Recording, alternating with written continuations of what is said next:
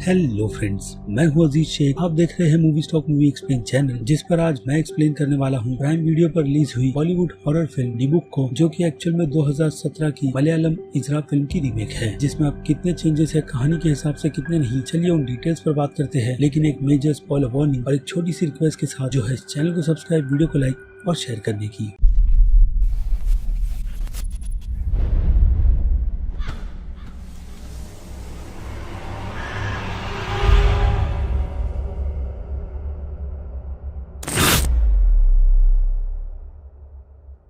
So friends, तो कहानी की शुरुआत मॉरिशस के एक आखिरी जाने माने यहूदी की डेथ से दिखाई जाती है, जिनका नाम मोशे बिन अजहर होता है। और वो पेशे से एक लेखक थे, जिन्होंने मॉरिशस के यहूदियों के बारे में काफी कुछ लिखा है इतिहास में, जो यहाँ के यहूदियों के साथ हुआ। और इसके अलावा उनके घर में कई सारे एंटीक सामान भी रखे हुए हैं, जिनमें से एक सामान डिबुक बॉक्स है, जिसे लेकर मैं आपको थोड़ी सी एक्सप्लेनेशन दे देता हूँ कि डिबुक बॉक्स जूइश में आत्माओं को कैद करने के लिए बनाया जाता है, वो भी खास किसी मकसद से। और वो आत्माएं सिर्फ उन्हीं लोगों को पॉजेस करती है जो लोग दिमाग से और छोटे बच्चे होते हैं। तो अब उस पेंड्रल में एक एंटीक शॉप का ओनर भी आता है, जो मौका देखकर उनके घर से उस डिबुक बॉक्स को उठाकर ले जाता है, ताकि वो इस एंटीक चीज को अपने शॉप में रखकर कई महंगे दामों में बेचे। और उसी रात वो वॉचमैन को पीछे के सामान को खाली करने की जिम्मेदारी देकर चला जाता है। जिस रात वो वॉचमैन उस डिबुक बॉक्स को खोलकर उस आत्मा को आजाद कर देता है, जो वहाँ से निकलते के साथ में ही उस शॉप के वॉचमैन को मार देती है। जिस केस की इन्वेस्टिगेशन वहाँ के ऑफिसर रियाज करते हैं, लेकिन उनके हाथ किसी भी तरीके का क्लू नहीं लगता कि असल में ये मौत इतनी बुरी तरीके से की किसने है और उसके पीछे उसका मकसद क्या था। और दूसरी तरफ हमें सैम की कैरेक्टर को दिखाया जाता है मुंबई में अपनी वाइफ माही के साथ, जो लोग मुंबई छोड़कर मॉरिशस शिफ्ट होने वाले हैं 2 साल के लिए, क्योंकि सैम की जॉब मॉरिशस में न्यूक्लियर वेस्ट के मैनेजर की पोस्ट पर लग गई है, जिसे लेकर वहाँ के लोग प्रोटेस्ट भी कर रहे हैं कि इस खतरनाक चीज को इस आइलैंड से जितना दूर हो सके उतना दूर ले जाए, वरना इस न्यूक के वेस्ट के चलते शहर की पूरी पॉपुलेशन मारी भी जा सकती है, जिसकी पूरी जिम्मेदारी सैम की कंपनी जायके की है, जो आते के साथ में ही मॉरिशस में अपना काम भी संभाल लेता है। और माही यहाँ पर सेटल होने की कोशिश कर रही है, जो पेशे से एक इंटीरियर डेकोरेटर है। इसके अलावा उनकी शादी जिस सिचुएशन में हुई है, उस कारण से माही के माता पिता सैम को पसंद नहीं करते, क्योंकि वो एक क्रिश्चियन है और ऊपर से अनाथ भी, जिसकी देखरेख एक चर्च के फादरी ने की है। और सैम के माता पिता के मरने के पीछे रीजन कार एक्सीडेंट था, जिस बात का सैम को काफी बड़ा धक्का भी लगा था।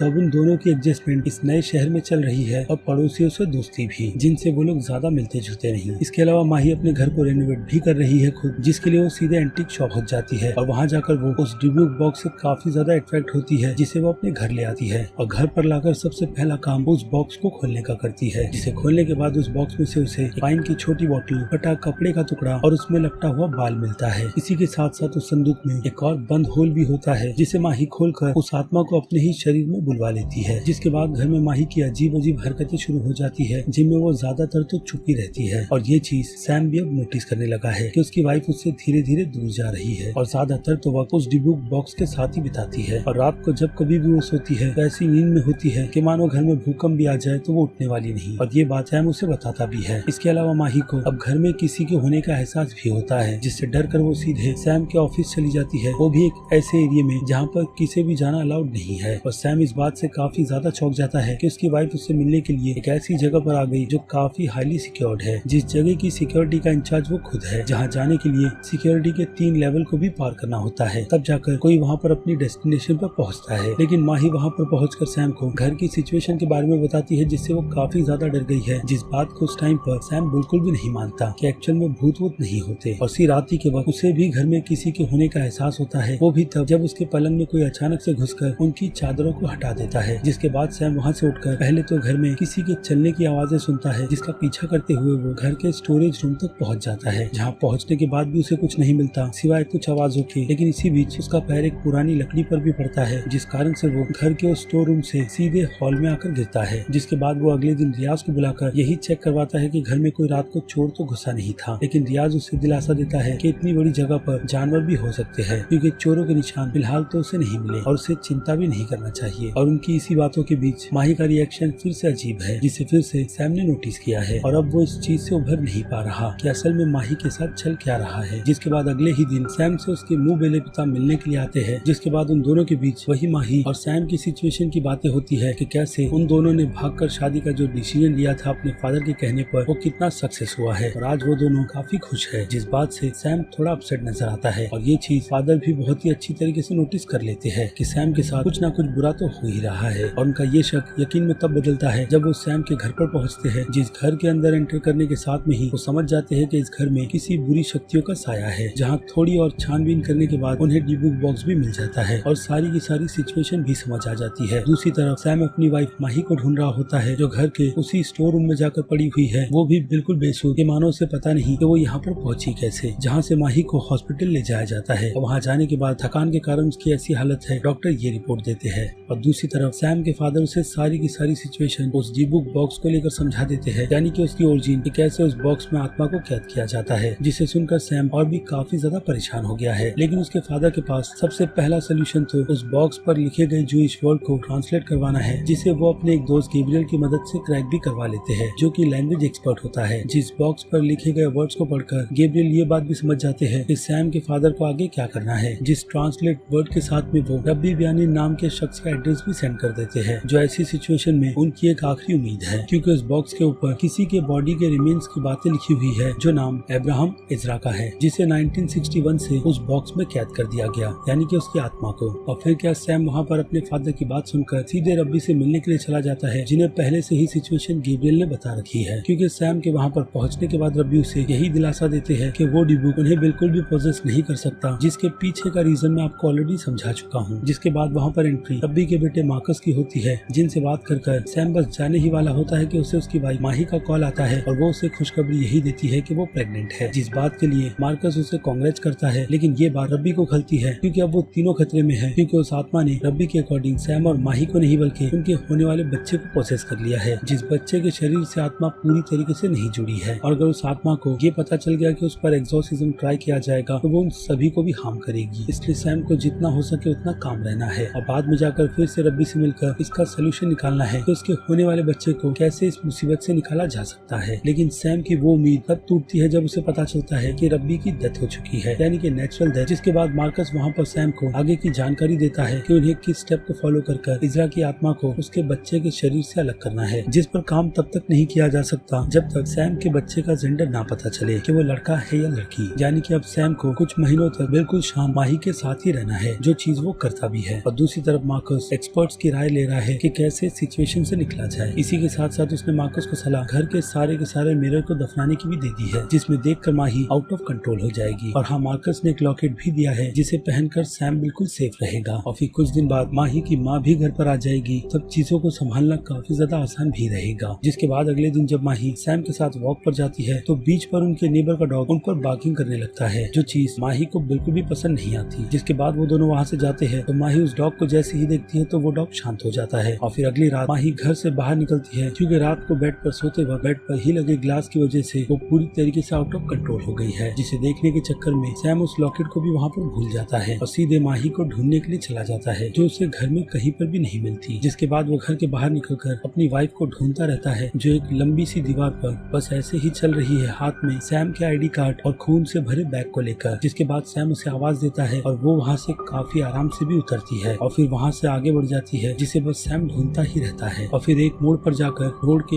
एक साइड में माही रुक जाती है, जिसके आगे एक कार है और उस कार से मार्कस बाहर आता है, जो जूइश में माही से उसका नाम पूछता है और उसका काम, जिसका जवाब वो उसे देती भी है। और जैसे ही मार्कस उसके सर पर हाथ फिराता है तो वो बेहोश हो जाती है। जिसके बाद उस बैग से उसी डॉग का सर निकलता है जो सुबह उस पर भौंक रहा था। जिसके बाद फिर से डॉक्टर को बुलाकर उसका चेकअप करवाया जाता है, जहाँ डॉक्टर सलाह सैम को माही के साथ एक औरत की भी रखने की देता है। और सैम वहाँ पर उसे यही बात एक्सप्लेन करता है कि बस कुछ ही दिन में माही की माँ आने वाली है। और दूसरी तरफ मार्कस अब इजरा के पास्ट के बारे में पता करना चाहता है, खास करके उस डी बुक बॉक्स के बारे में, जो असल में आया कहाँ से है। जिसके बाद मार्कस उसे यही कहता है कि वो सुबह उसे अपने साथ ले जाएगा ताकि वो जाकर इस बॉक्स की हिस्ट्री का पता लगाए। लेकिन इसी बीच सुबह सैम के नेबर ने रियाज को कॉल करके बुलाया है, जिनका कुत्ता गायब है, जिन्हें सैम और मार्कस वहाँ से इग्नोर करके चले जाते हैं। जिसके बाद मार्कस वहाँ से सीधे उसी एंटीक शॉप जाता है, जो उसे ये बताता है कि एक्चुअल में इस बॉक्स को किसके घर से लाया गया था और उनकी डेथ के बाद जो इस ट्रस्ट वालों की तरफ से उस घर को लॉक भी कर दिया गया है। लेकिन फिर भी मार्कस लॉक को तोड़कर अंदर जाता है, जहाँ का वॉचमैन उसे ऐसा करने की सलाह नहीं देता। लेकिन सैम की रिश्वत देने के बाद वो वॉचमैन भी उसे इग्नोर कर देता है और सैम उस घर में काफी एंटीक चीजों को भी देखता है और कुछ सुरागों को ढूंढने की कोशिश भी करता है। लेकिन बाद में वहाँ पर इजरा की आत्मा आ जाती है, जो आते के साथ में ही सबसे पहले उस वॉचमैन को मारती है और बाद में मार्कस पर हमला करने के लिए आगे बढ़ती है, जो उसे देखकर सीधे कमरे में खुद को बंद कर लेता है और ये नोटिस करता है कि उसके गले का लॉकेट फर्श पर गिरा हुआ है, जिसे उठाकर वो सीधे अब्राहम के पास जाता है और उसे वो लॉकेट दिखाता है, जिसे देखकर अब्राहम वहाँ से भाग जाता है। मार्कस को वहीं पर एक कमरे में एक किताब भी मिलती है, जिस किताब में इजरा इब्राहिम की सारी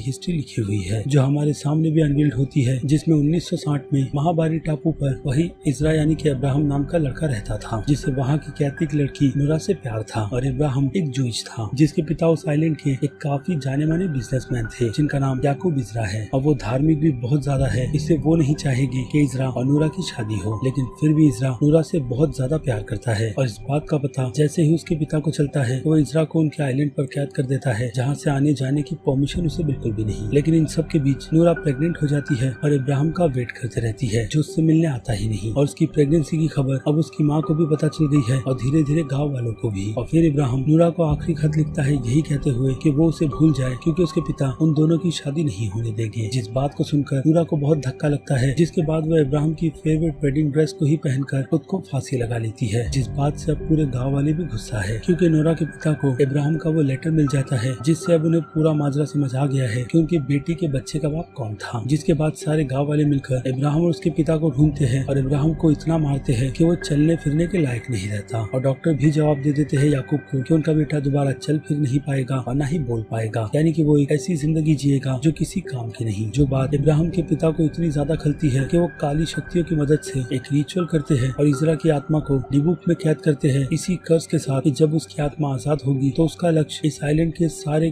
कैथलिक लोगों को मारने का होगा। और अब इजरा का मकसद यही है जिसे वो किसी भी हाल में पूरा करेगा। लेकिन इस रिचुअल में एक और बात भी लिखी हुई है, जिसमें यही बात कंफर्म की गई है कि इब्राहिम की डेड बॉडी को जलाया या दफनाया नहीं जाएगा, इसलिए उसके पिता उसकी लाश को समंदर में बहा देते हैं और कब्रिस्तान में उसकी जगह एक लकड़ी के पुतले को रख देते हैं, ताकि कोई भी ये गेस ना कर पाए कि इजरा की डेड बॉडी उस ग्रेवयार्ड में है भी या नहीं। तो अब सारी चीजें क्लियर करने के बाद मार्कस एक फुल प्रूफ प्लान के साथ आया है, जिस प्लान में उसका साथ सैम के फादर और रियाज भी देने वाला है, जिससे सैम के फादर सब कुछ सच सच बता देते हैं। तब जब वो घर में नौकरानी के पास माही की दूसरी पायल देखता है, जिसकी एक पायल उसे पड़ोसी के गार्डन में मिली थी, वो भी तब जब वो रात को उस डॉग को मारने गई थी। और अब मार्कस के इस प्लानिंग में उन्हें बस कल का वेट करना है, जो ज्यूइश की तारीख के हिसाब से एक नया साल है, और उसी दिन ये भी तय किया जाता है कि कौन मरेगा कौन जिएगा, यानी नया जन्म, जिसका अगला दिन इब्राहिम की आत्मा नहीं देखना चाहिए। लेकिन एक्सोर्सिज्म करने से पहले मार्कस को कंफर्मेशन चाहिए कि सच में बुक के अकॉर्डिंग इब्राहिम की डेड बॉडी उस ग्रेवयार्ड में नहीं है, जिसे ढूंढने रियाज और मार्कस दोनों जाते हैं, और वहाँ उनकी कंफर्मेशन पक्की हो जाती है, क्योंकि उस ग्रेवयार्ड में रियाज की डेड बॉडी नहीं बल्कि लकड़ी का टुकड़ा होता है। इसके अलावा संजय सैम को कॉल कर इस बात की कंफर्मेशन भी देता है कि न्यूक्लियर का वेस्ट उनके लैब आ गया है, जिसका खासा ध्यान रखना है, यानी कि इब्राहिम की आत्मा उस न्यूक्लियर वेस्ट को रेडिएशन के तौर पर यूज करेगी पानी में डालकर, जिस कारण से इस आइलैंड के सारे लोग मारे जाएंगे।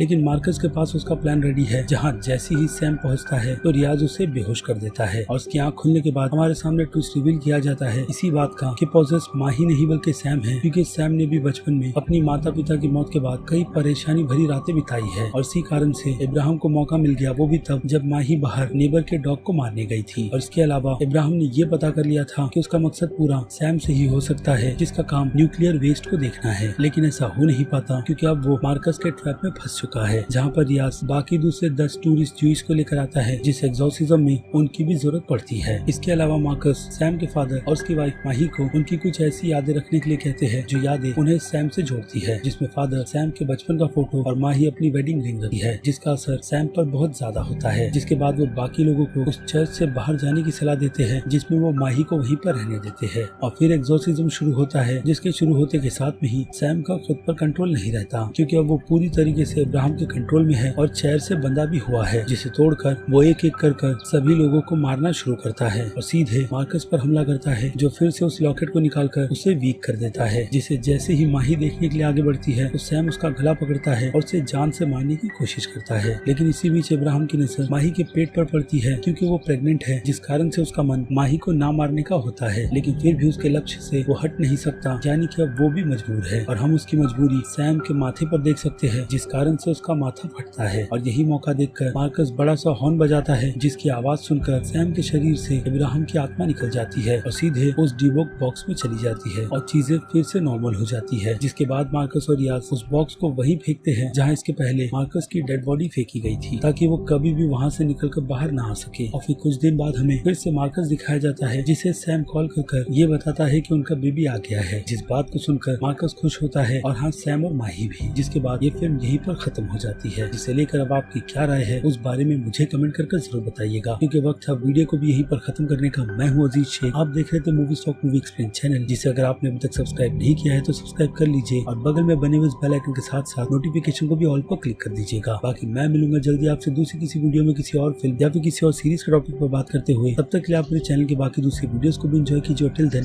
बाय।